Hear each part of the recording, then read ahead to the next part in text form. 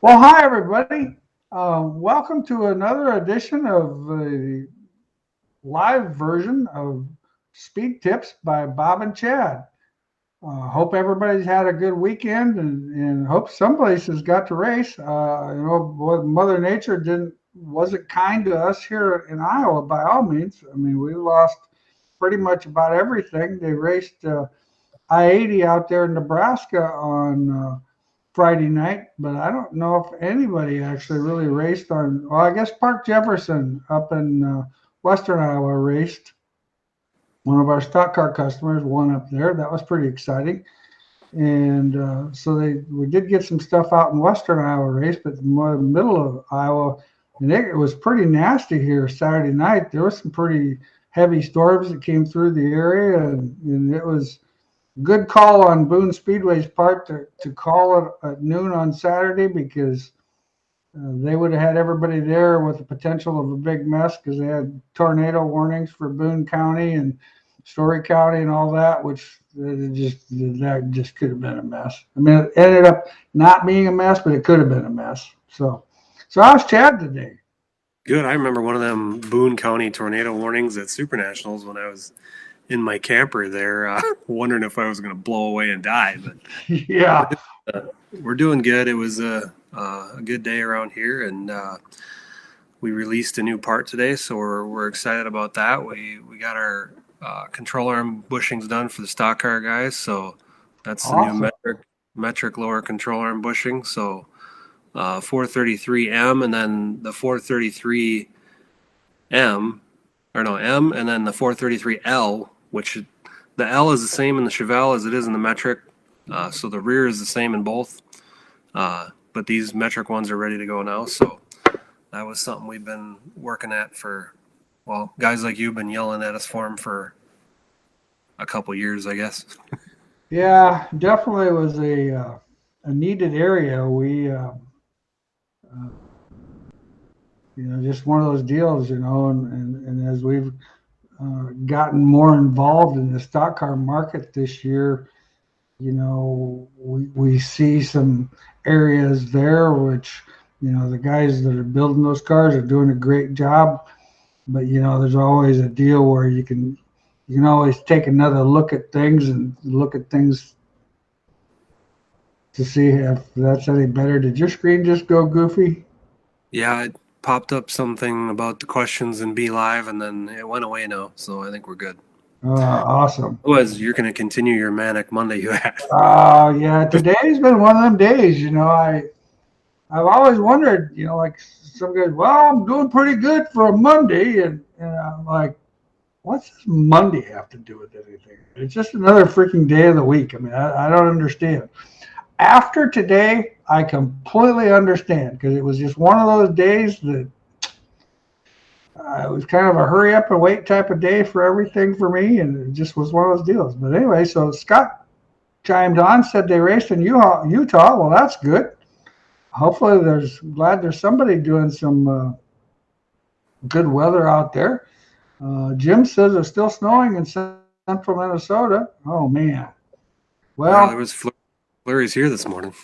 I'd have to say I might complain about the 35-degree weather and 20 to 30-mile-an-hour winds, but uh, I don't know if this is what's going to happen for everybody, but that was strange. But so, anyway, there's always some places that have it worse than what we have it right there. It's just, like I was telling you earlier, that wind, man, I tell you what, that just wears you out. So, new parts, we got that. That's pretty cool. Been looking forward to them. I know, like I said, the last time when they assembled that second stock car, they were mentioning something about that they definitely needed some more bushings.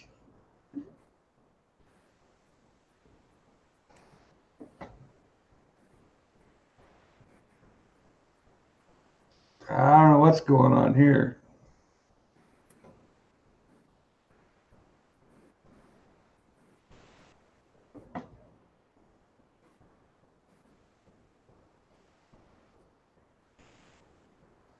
Got screen issues or what? I have no idea what's going on.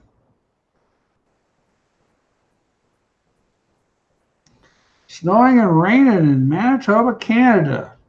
Well, glad you're in Manitoba, Canada, and I'm personally glad I'm probably not.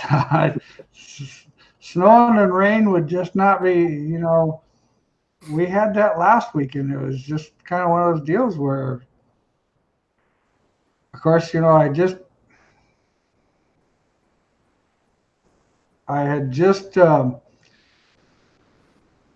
yeah, Rocky chimed on and said, punch the computer. Sometimes that works. Yeah, I don't know what's going on tonight. Like I said, maybe this is another one of those deals, but anyway, um, we kind of had some of that too. And well, when I put the new driveway in, they kind of tore up quite a bit of the grass. So we planted grass, so I was pretty excited about seeing some of that rain and snow. But I'm over it now. I'm fine with it. Okay, Chase has got a 2018 modified Shaw, and he was curious what updates he can do here to keep up with Ethan Dotson and the rest of the West Coast monsters. Car was updated in 2019. How much has technology changed since then? Well, keeping up with Ethan Dotson is going to be a challenge in its own. That young man's one of the best racers I've ever had the privilege to work with. Um, he's definitely a wheelman. He's been around the sport quite a bit. Even though he's not very old, he's been around the sport a lot, and he's learned it. I mean, it's kind of been his mission to learn about the sport, and he's just kind of had an obsession of learning things. And he's very smart on setup. He's very smart on the car stuff. I would, due to the fact that you've got a Shaw car, I probably would, be talking to Mr. Taylor or the people at Shaw. I'm not sure what I could tell you with the information that you're giving me. I don't know what I could tell you to help you there. But I can guarantee you keeping up with Ethan's going to be a challenge because he comes out here and in the summertime and runs out here. And we've got some pretty stellar competition out here in Iowa. And not saying that the rest of the country doesn't, but, this you race out here, these guys do a pretty good job, and we've got the numbers to kind of back it up. So, okay, so doing this.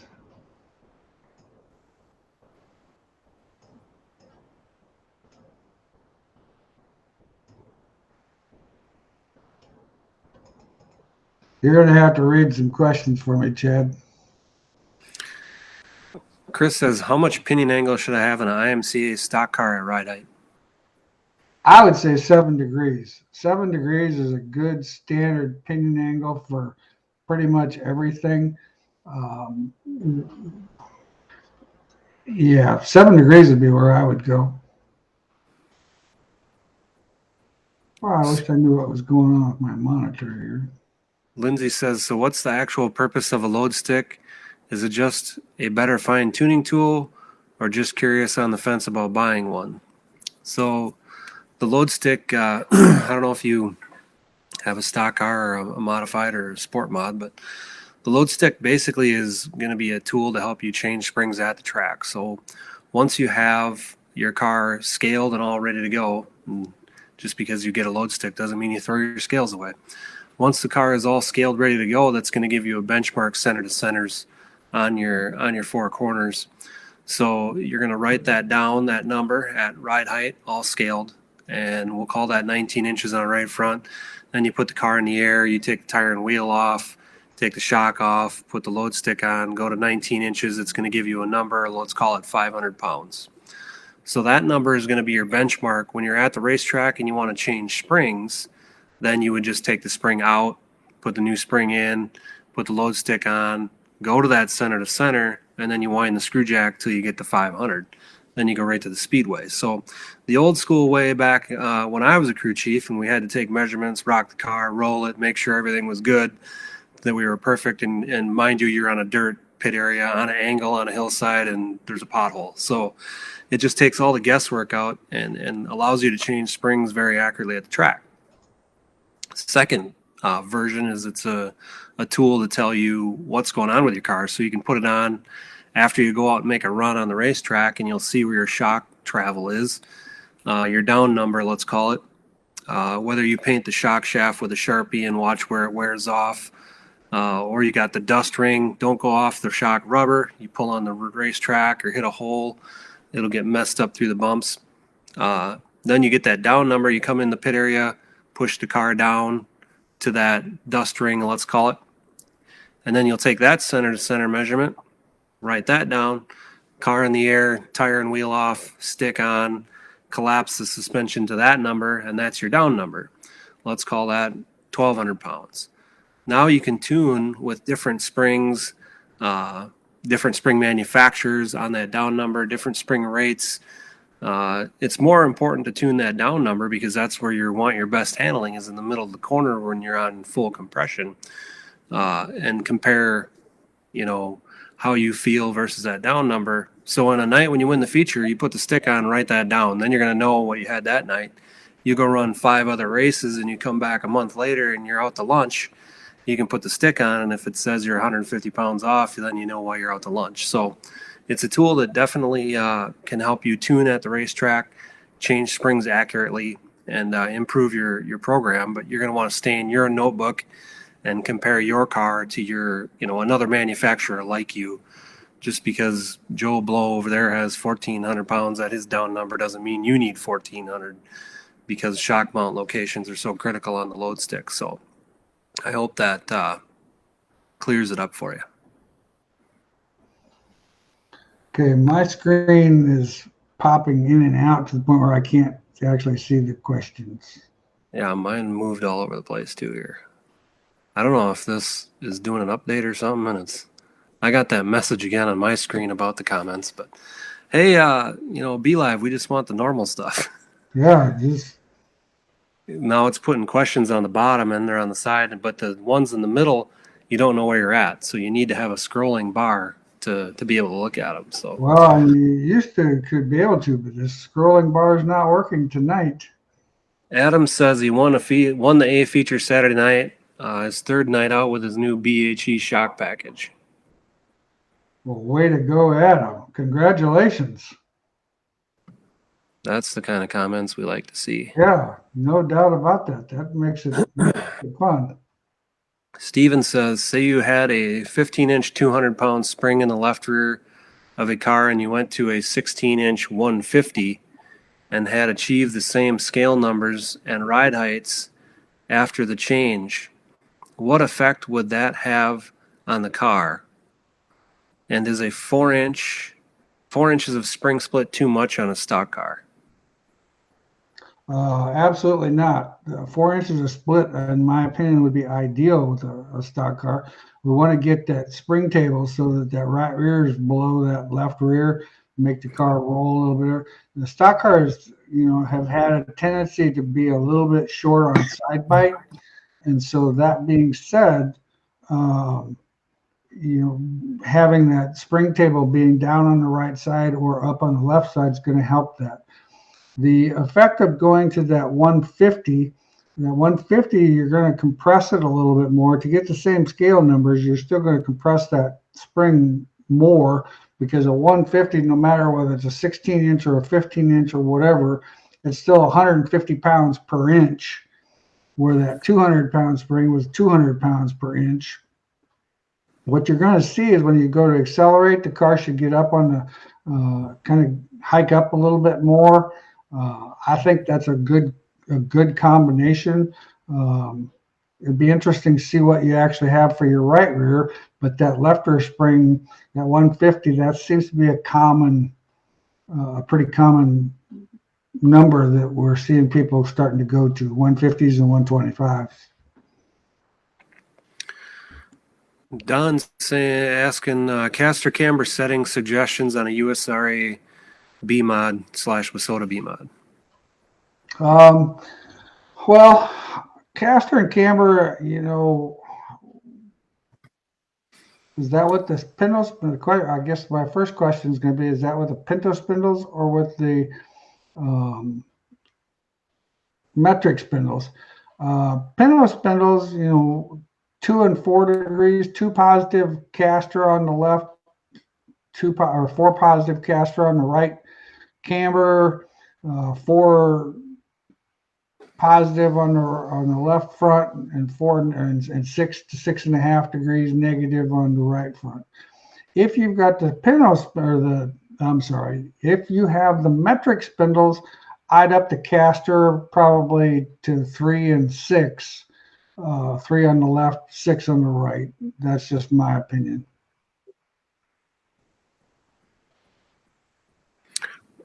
Jerry's asking, what's your thoughts on running a slider on the right rear in front and a shock in the rear instead of a coilover on a modified? Well,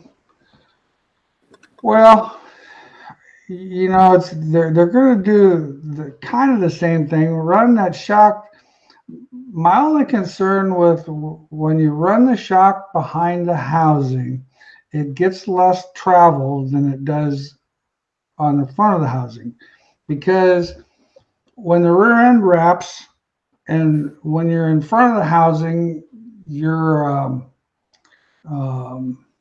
rolling into the spring, where when you're behind the housing, you're kind of rolling away from the spring, just because the birdcage indexing and how the index rolls into the cage. So like if you're getting 3 inches of shock travel with say a 4-valve rear shock, you're going to get 2 inches of shock travel behind the housing compared to 3 inches in the front. Granted, I understand probably what you're thinking is it's easier to change shocks, which it is, but I've seen that sometimes that depending on the valving of the shock, it might be a little bit, you might have to actually go a little bit softer when you go behind the housing, just because once again, I don't think it gets the movement that it would as it does in the front. But there would be advantages to it, especially for changing shock absorbers. Alan's got a question about anti-dive. Is there a difference in mounting upper A-frame mounts staggered or parallel to the frame? Well, keep in mind when you use the phrase parallel to the frame, are you talking about like level with the world, with the main frame rails being level? Because having a little bit of angle, where the rear is a little bit lower than the front, is going to actually put some anti-dive into the car. Now, that's one of those things that you kind of have to know a little bit about what you're doing as far as how much you actually do, because you're also going to change the caster gain, and there's just anti-dive itself is just not the only thing that's changing there. So I believe that anti-dive has an advantage, especially running with some of the softer spring stuff. I think it has its advantage, but you got to be careful not to get too much, because too much anti-dive can snap the tire loose, because what happens is anti-dive really only works when you're on the brakes. So when you go into the corner to get on the brakes, it could shear the tire off. If you had too much anti-dive, it could actually shear the traction of the tire. Well, I don't know about you, but my screen's just freaking popping and going and just doing all kinds of. Hey, we talked beforehand. Your Monday was going to. Yeah, I'm like, I think there's somebody is doing something here. Hopefully mine stays normal. Jeff's asking, what does moving the pull bar up or down at the front do on an IMCA Sport mod? Moving it up or down, when you put more angle in it, moving it down is going to probably create more traction. The traction won't last as long, but it definitely will create more traction on a stop and go type situation. The trend has been actually moving them up and flattening them out. Seems to make the car. The problem with a sport mod and the problem that the two link kind of has is they're a little sensitive. They can be a little sensitive in the middle of the corner to the point where it's pretty easy to get a throttle push. So we've actually seen guys raising them up on the front and leveling it out a little bit because it seems to maintain good traction off the corner, but it delays that traction in the middle of the corner to the point where it kind of eliminates that throttle push or minimizes that throttle push. Travis has a limit chain question. What effects would lengthening, and mine just shuffled. What effects would lengthening the left rear chain limiter do on a sport mod? Well, when you lengthen it, you're going to get more. When you lengthen it, you're going to get more trailing arm angle, which in turn, more trailing arm angle is going to give you more steer. It should also give you more traction. The problem sometimes, like I said, with the two-link cars, unless you're running an open motor, the crate motors, they can be a little bit throttle sensitive to the point where they don't have. We can get too much left rear traction in the car. So you got to be a little careful there, because if you do lengthen it, you're going to get more traction, but you're also going to get more rear steer. So they should counteract each other, but sometimes they don't, because like I said, what happens is it can actually make the car too responsive in the middle of the corner. Alex is asking, what's your thoughts on engine covers between the hood and door on the driver's side of a modified? My thought is less air would be getting under the deck and lifting the car. Well, I think you're 100% right on that. If the rules allow it, I would run an engine cover, just kind of keep that air from trying to get that air across. Plus the fact that now all of a sudden, if you can run an engine cover, you've got a sideboard on the front of the car, which with an open wheel car, that's kind of been the problem. We've got a big quarter panel, we've got a big door, and so we actually need a little bit more airflow or air side force on the front end. So in my opinion, if the rules allow it, I would definitely run one. And we're building a UMP car right now that we are building a cover for it, and it looks pretty slick. Yeah, so I got a little bit of asphalt experience. So you want an asphalt or NASCAR style racing, the right side and the nose are sealed off, and the left side is open to let the air suck out from underneath the car. It creates downforce. So drop the right side quarter panel and raise the left rear quarter panel. Makes sense. Blaze says some chassis. Oh, it shuffles every time I start reading. Some chassis builders and drivers themselves are going away from scales and going to just ride heights. Any advantages or disadvantages of that?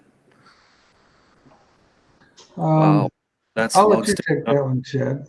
Well, you like I said earlier with the load stick, I mean, just because you have a smash machine and a load stick doesn't mean you throw your scales away. And just because that chassis builder's doing all of his stuff off the load stick or the smash machine, it still boils down to you having that car balanced and the weight all correct. So you can't just throw your scales away. Don't sell your scales to get a smasher. Don't sell your scales to get a load stick.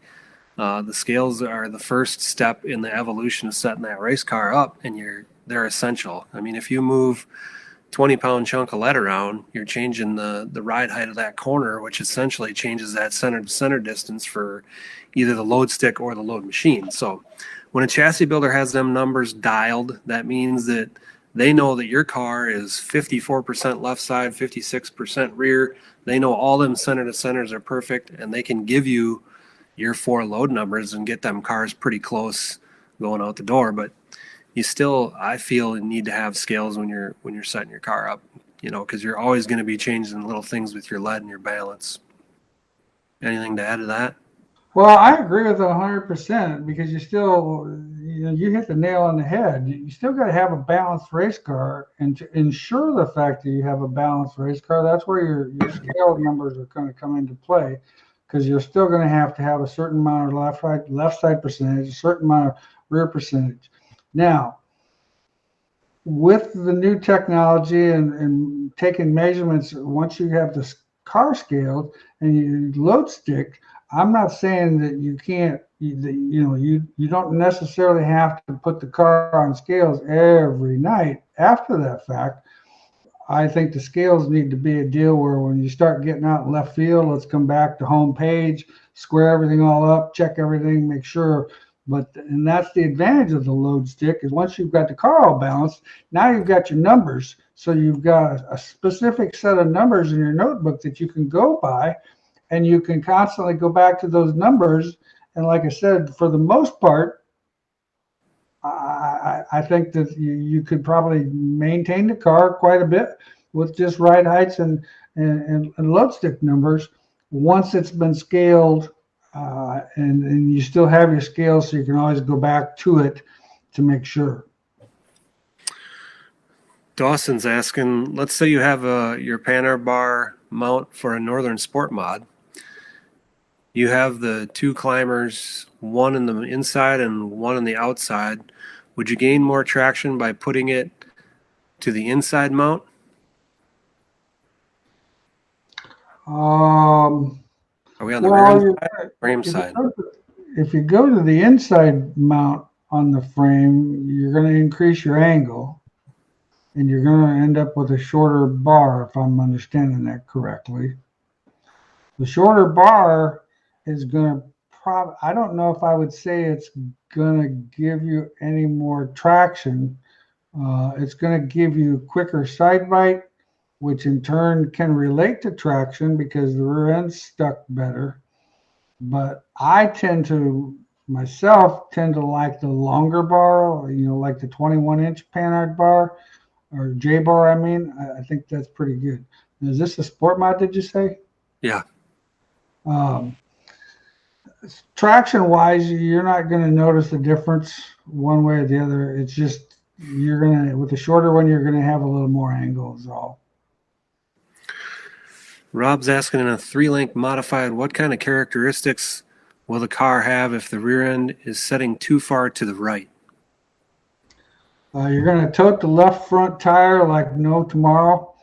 The car's going to have a tremendous amount of side bite. The car's going to get in, roll on the right rear quite a bit, lift the left front, carry the left front all the way off the corner. And most of the time when you see somebody that's toting the left front a lot, or they tote the left front instantly, the rear end's too far to the right.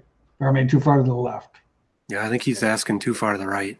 If it's too far to the right, the car is going to do exactly the opposite. The car is going to be a little bit freer getting in. You're going to have to put more Panhard bar in it, or more J bar in it, one way or the other, because the car is going to be too free getting into the corner. Yeah, it's not the screens, Phil. It's just the way our questions pop in when the questions move on us and shuffle down the screen. Don was talking about a GRT with Pinto spindles earlier on the caster camber deal. Oh, okay. So yeah, you'd be that 2 and 4 degrees positive caster, 4 degrees positive camber on the left front, and 6.5 degrees negative camber on the right front.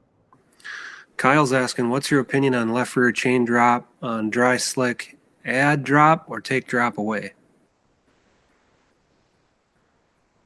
Well, it kind of depends on what you're actually wanting to do. The trend is to take a little bit of drop out of it, so it takes a little steer out of it. The downside to that is when you take a little bit of drop out of the left rear, you also take right front out of it too. So in other words, when you limit the travel on the left rear with a chain, you're also going to limit the amount of travel that gets over on the right front too, because whenever the left rear gains, it tends to go to the right front. So I would be a little careful there, but as a rule of thumb, taking a little chain out of it on a dry slick racetrack seems to be common, because we want to take a little steer out of it. Alan was referring from side to side. I think that was the spring split deal, I think, so that should be taken care of. Raymond, how many degrees of anti-dive is a good starting point for a stock car? Well, if rules allow you to change it, on the right front, we run half to 3/4 of a degree on the right front of our modified cars, and then about 2 degrees on our left front. Now, some guys run a whole lot more than that, but I'm not a real big believer, because once again, if your driver's a brake stabber, boy, that's just the worst thing we could ever have. If you've got a bunch of anti-dive in the car, and now all of a sudden we get a bunch of front brake in it, and it shears the traction of the tires. So this is one of them things where it's always, you're comparing, well, this guy's got a 500 in the right front, I should put a 500 in the right front. Exactly. He's got a 1/4 inch more anti-dive than you. Them two 500s ain't acting anything close to the same. That's no. I know we scream it all the time, and we're serious. And it's little things like this that everybody doesn't think about and they overlook, is that you got to stay in your notebook and listen to your chassis builder and your crew chief in your notebook. Because if you run a 500 just because the Rage has a right front and your GRT has a degree less anti-dive, them things ain't even close to the same. And anti-dive is huge. I mean, that's a big change in spring rate in the right front of the car for sure. Very big change. People don't have any. I mean, it's a major deal. So if you start playing with that, just be careful. Dan is asking, if I took some QA1 shocks and made a 314 front and right rear side and a 14 threes on the left side, what would that do? You might want to read the 314 on the right front. Is that I'm not sure what that means. Is that a 3 compression 14 rebound? Yeah, that's 3. It depends on your spring rate. If you're running fairly 3, I got it. So 314s on the front and rear right side, and 14 threes on the left side. That can't be right. Well, you might want to give us a little more insight there. That could very well be possible on your right front and your left rear. I don't think I would want them on my left front and my right rear.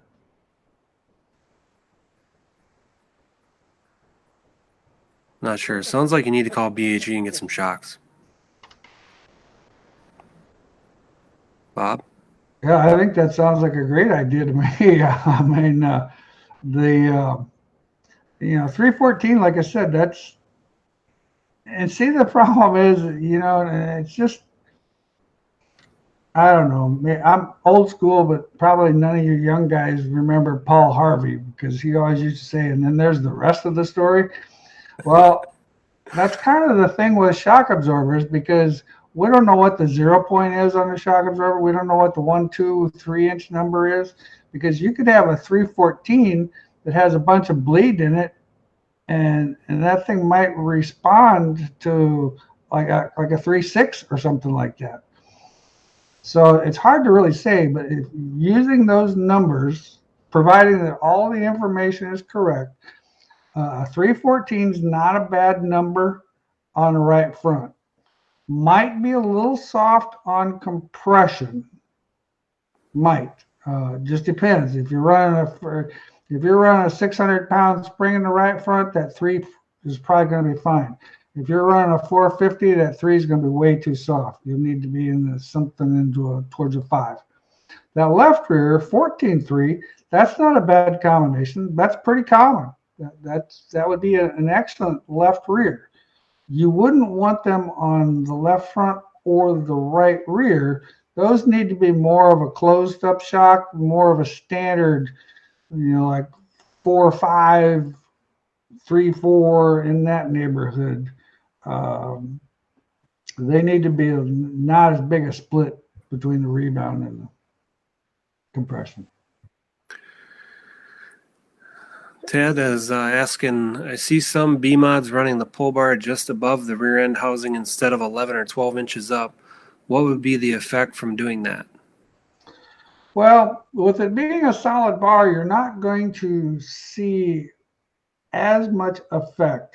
However, the closer you run it to the rear end, the quicker the traction will be.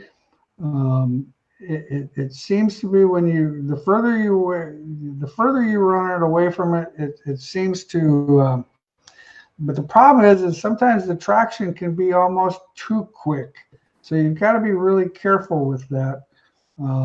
It definitely has more straight line traction. I know when we've run as a pull bar, we have to run a lot stiffer spring on a pull bar with closer to the rear end because your leverage, you don't have the leverage factor. You don't lose the leverage factor like you do further away from the rear end. Old number 7 Garage says, what's going on, fellas? Good to hear you watching again there, Timmy. If you guys are, get home at night and you're thinking about turning the TV on, just don't waste your time. Turn YouTube on. Watch some of these YouTubers like Old Number 7 Garage and some high quality short track racing TV. It's way better than any mainstream crap you're gonna watch at night anyway. Travis says a question: track is rough and your right front bottoms out lap after lap. What would be your first adjustment be to bottom out less hard and maintain speed?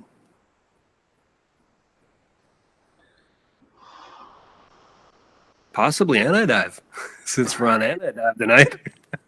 Yeah. Read that to me again. Is bottoming out.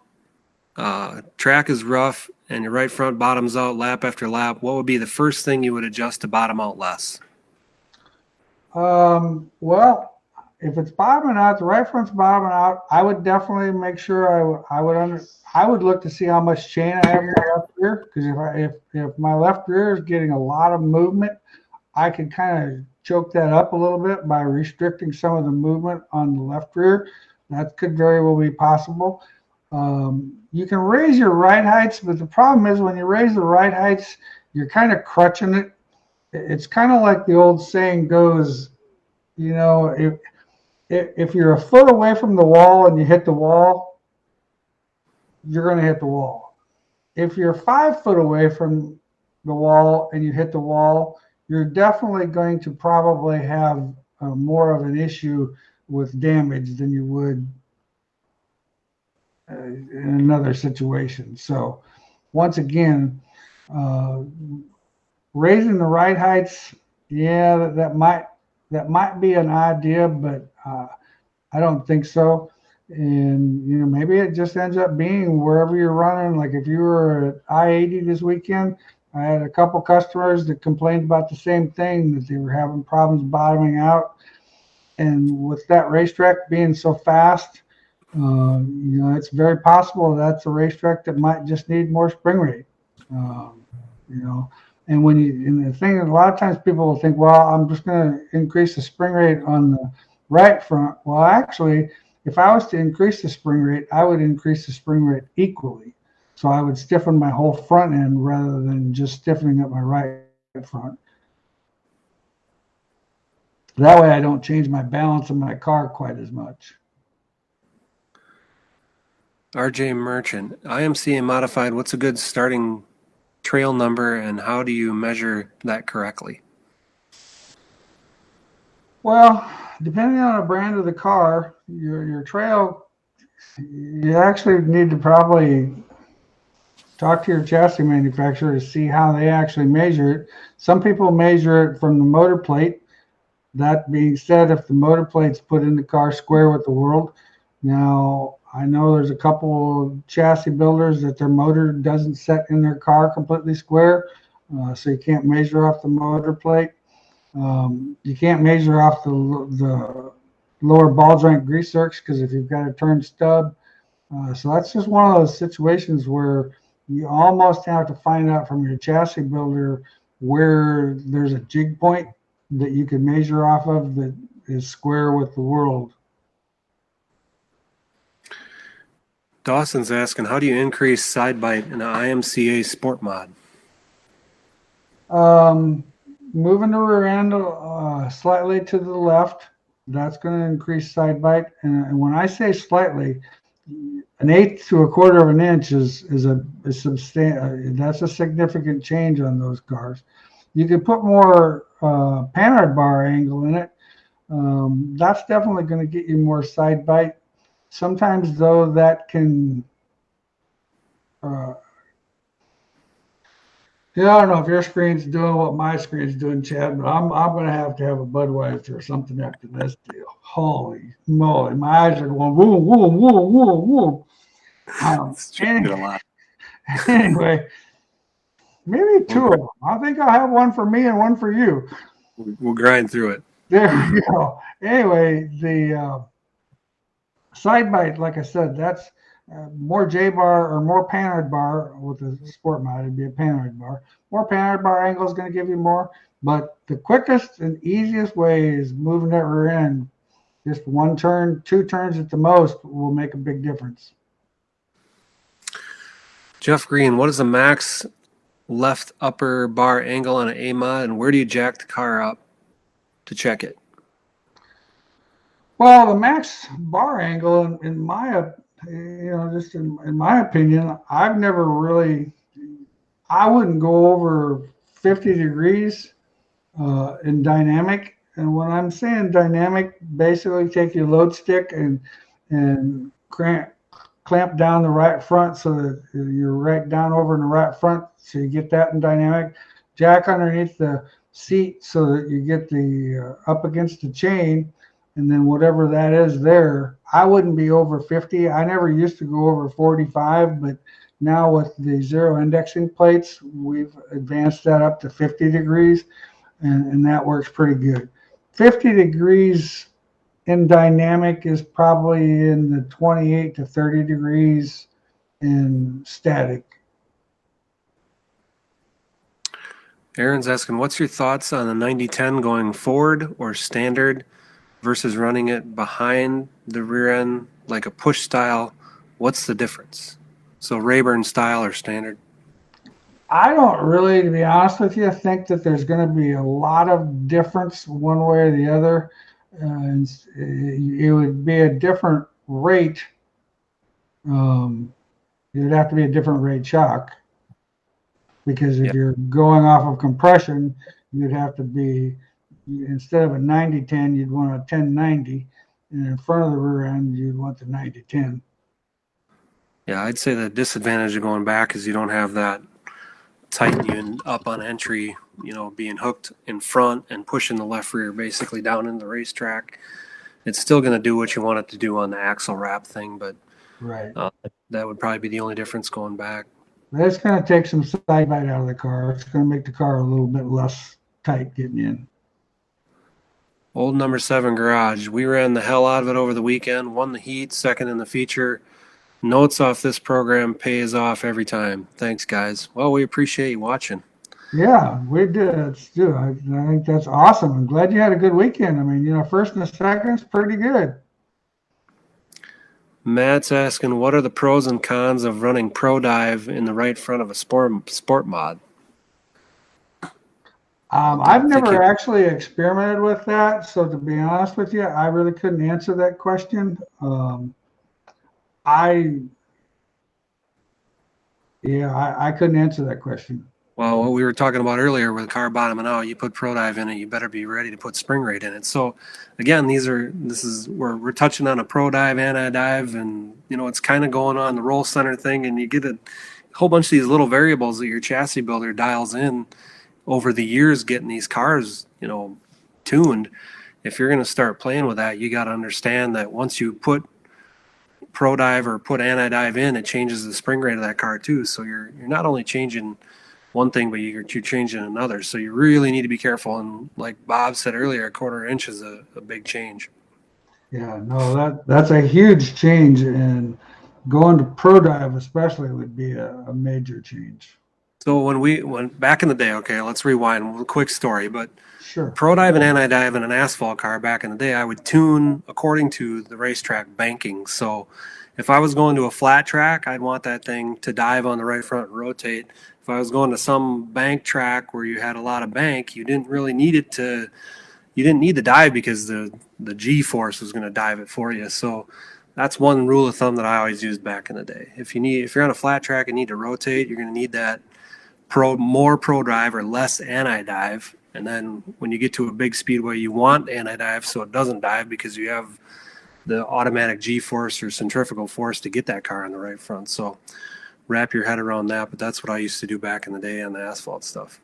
Well, and the thing of it is, those are going to be advantages for that guy that's a trail breaker, Mr. Smooth on the brakes.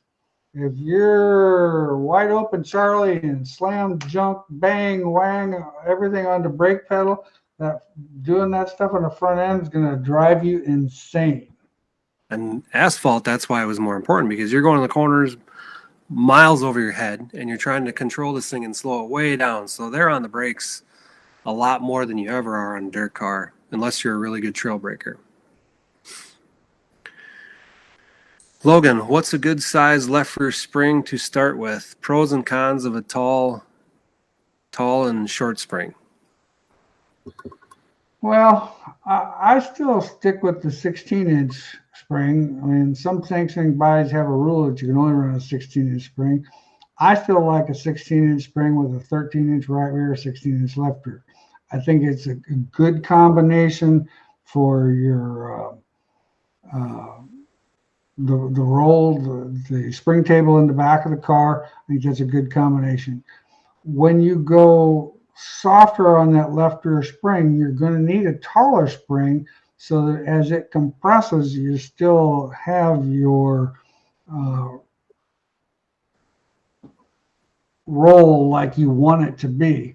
So in my opinion, I was never a real big believer in that 20-inch spring. I think what happens with that 20-inch spring, you get so much spring that now all of a sudden the spring's starting to flex in there. And once the spring starts to flex, it takes the consistency out of it, in my opinion. Mike Learn's watching. He says, always a great show, guys. Jason's asking, what type of shock do you all recommend for a rough track in an A-mod? Gas, oil, or base valve? Well, a base valve shock,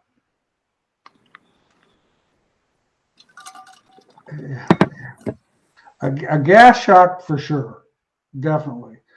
I tend to like a base valve gas shock, which is, that's the best of the both worlds. And if I wasn't running IMCA, I would be running Schrader valves so I could adjust my gas pressure and increase the gas. On a rough racetrack, I'd put an extra 20 pounds of gas pressure in that shock. People think that gas pressure is the same thing as spring rate. Well, actually, it's not. They might have some similarities, but a little bit more gas pressure because the gas pressure can only go so far. It's kind of like blowing up a balloon inside of a tube. It can only get so big, and then you're done, and then it just gets stiffer. So that would be my opinion. I definitely, an oil shock would not be my preference on that type of condition.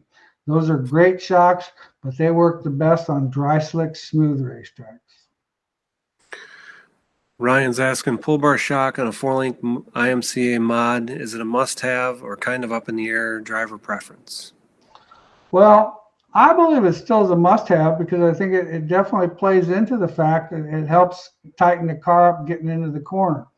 Now, where the difference comes into play is depends on what fifth core or what pull bar you have in the car. If you've got a pull bar with a spring in it, you're going to need a stiffer compression, more like a 90-10 type shock.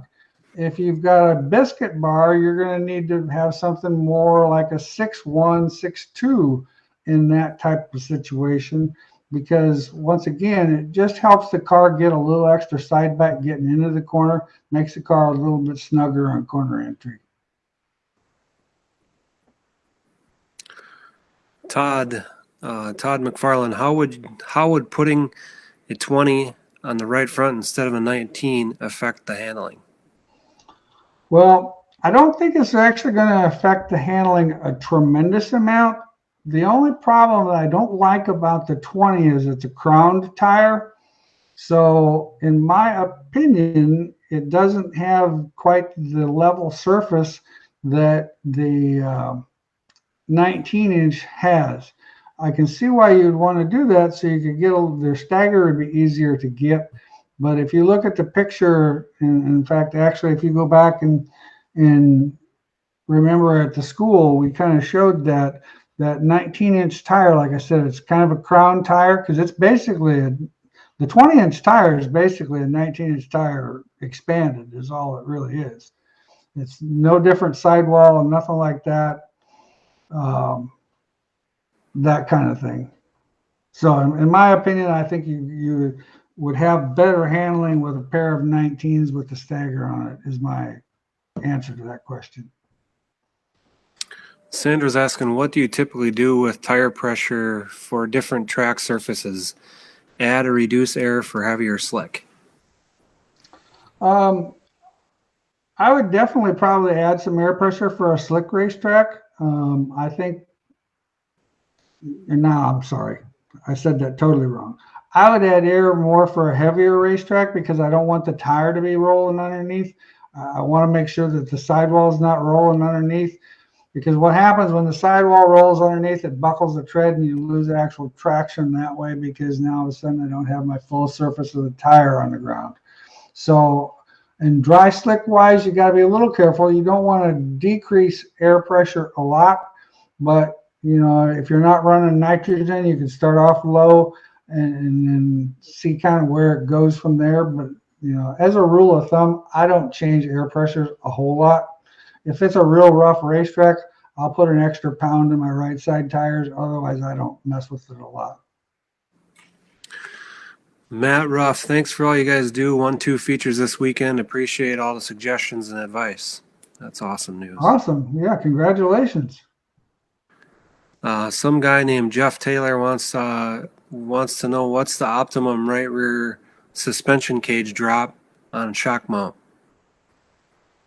Well, 6.5 inches is my opinion, but that's just what I've always used. 1 inch higher than the left rear. Yep, that would be a good combination. Nice to see you're alive, Jeff. We Yeah. haven't talked in a while. Did you lose my phone number? Kenson, when is the best time to adjust right rear chain on a B mod? Well, probably never. You can adjust the chain, the right rear chain, if you're on a really super smooth, slick racetrack. But if there's any ripples or if there's any holes or anything like that in that racetrack, that is the worst thing you can do as far as crutching your handling. It makes traction. It definitely makes traction. But when that drops in that hole, it's going to gain a bunch of traction. And so just one of those deals. Billy went to Fountain City last week and had his chain a little too tight. He did. That'll happen. I mean, it's, like I say, it makes traction, but boy, you drop that right rear in a hole and it makes traction, and the right front's going to be going the opposite direction you're going to want it to go. Michael's asking, how does the laterally angle of the left rear bar affect the chassis on a 2-link? I assume we're talking bar toe there, lateral location. Bar toe on a 2-link. Well, I still believe, let's go back to the old, way back when. In fact, they run these cars last year with these same deals. The old rear suspension that everybody used to run back in the day, that truck trailing arm. How is that truck trailing arm on those asphalt cars to get more traction equally? They towed them in the front and split them out and made them wider in the back. I always kind of do the same thing. I tow the left rear in about 2 inches, and I only tow the right rear in 1 inch. It's going to affect steer, but still, in my opinion, it's still pointing. I like to see that left rear pointing more towards the right front, or a little bit more angle there within a reason. Aaron, UMP mod, slightly snug on entrance and middle, rear end washing out, tailing out on exit, high banked half mile. What would be your go-to first move you would make to try to correct?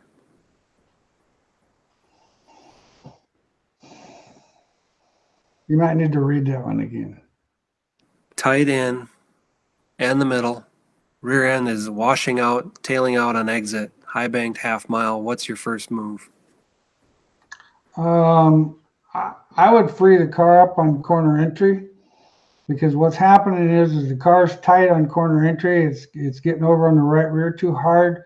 And what's happening is when you get over on the right rear, it sticks the right rear, and then you get on the throttle, and all of a sudden it starts to push. And then it pushes a little bit more until you finally get enough throttle in it to snap the tail loose. And then once you snap the car loose, you're going to hang the tail until you just get to the next corner. I mean, it's just how that's going to work. So the main thing is the car's too tight. If it's a 4-link car, I'd raise my right lower bar up 1 hole, put a little bit more steer in that right rear. If it's a 2-link car, I'd do the same thing. I'd raise my right trailing arm up on the frame 1 hole, put a little bit more steer in it, and try to get the car freed up. Move the rear end a little bit to the right. That would help free it up a little bit. You could try, if rules allow, you could wheel spacer, put a 1/2 inch spacer in that right rear. That's definitely going to help it. Biggest problem is the car's too tight getting in. That's what's causing all the problems. Hey, we made Jeff Taylor laugh out loud. Yeah. Well, nice to see you there, buddy. Jeff, I haven't talked to you for a while. You were going to call me one day, and now it's been 6 weeks ago, and I guess I forgot. Taylor time. I need to be patient. Beth is asking, I'm sure you're tired of this subject tonight, but if putting anti-dive in the right front, what effect does that have on the spring rate? Well, when you put more anti-dive in the front end, you can run a softer spring, because what's happening when you go in the corner and you get on the brakes, the anti-dive's trying to hold the car up so you can run a softer spring. That was the theory behind running more anti-dive. You could go into the corner, and a guy that's really good, like a Jeff Taylor or Kelly Shryock, or those guys that are really good with the brakes, can roll that thing in, keep that car kind of from diving down on the brake while they're on the brake. And then once it gets more to the middle of the corner, when they get off the brake, the car would turn, dive down on the right front and turn a little better. That was the theory behind it. Problem is, not everybody is that smooth of a brake driver, and half the guys don't even use brakes. If you don't use brakes, this anti-dive is not going to be, I mean, you could put a 1/2 inch in it and you're not going to notice a handling characteristic, with the exception of that you would have gained a bunch of caster. You gained some caster gain. Other than that, that's really all you're going to accomplish if you don't use brakes. Tyson's asking, should you go to a softer spring rate on a slick track to tighten up the car? Example, going from a 225 in the grip to a 200 in the slick, assuming right rear. I'd highly recommend that, because what you're going to do, that spring rate's going to give you, in the old adage, we talk about this in the schools, the stiffer spring gets the weight. So once the car goes to roll, a softer spring will actually compress and not load the tire as much. A stiffer spring will still try to compress, but it takes that load and drives it right to the tire and actually gives the car more side bite. Excuse me. The problem with that is if you stay in the throttle too long, or you're not real smooth on the throttle, that stiffer spring is going to tend to want to make the car a little freer up off the corner. So you might have to make an adjustment, like put an internal lead in the car or something like that to get the car to come up off the corner. Those type of things. But and overall, that stiffer spring is definitely going to give you more side bite. And just like that, it's 8 o'clock. And just like that, it's 8 o'clock. And so today is the 25th. So we'll be back here on May 9th. God, I'll have had a birthday by then. Holy moly. 64 or what? Yeah, I'll be right in that neighborhood. Yeah, we're getting there. We're getting there closer. Every year we get a little closer to that number. No doubt about that. But anyway, well, thanks guys for coming on here tonight. We had a lot of great questions and a lot of information, and I appreciate all you guys coming in there. Nice to hear from you there, Jeff. And we'll let you guys have a great couple weeks, and we'll see you here in a couple weeks. Thanks, Chad. Yep. Thanks, guys.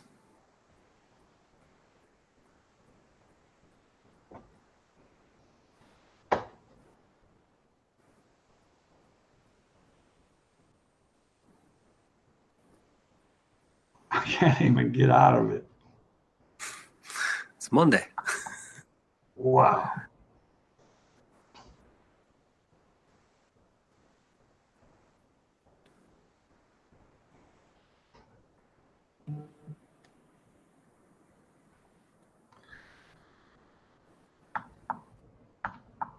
I'm just going to have to shut my computer down.